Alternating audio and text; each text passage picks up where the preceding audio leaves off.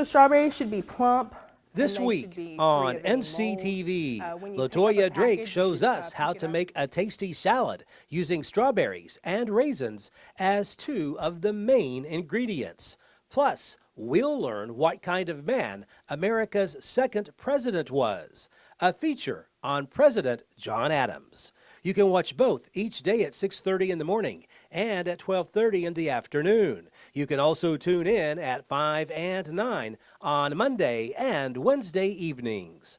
Only on NCTV, your best source for local stories about local people. And we have a recipe of the week.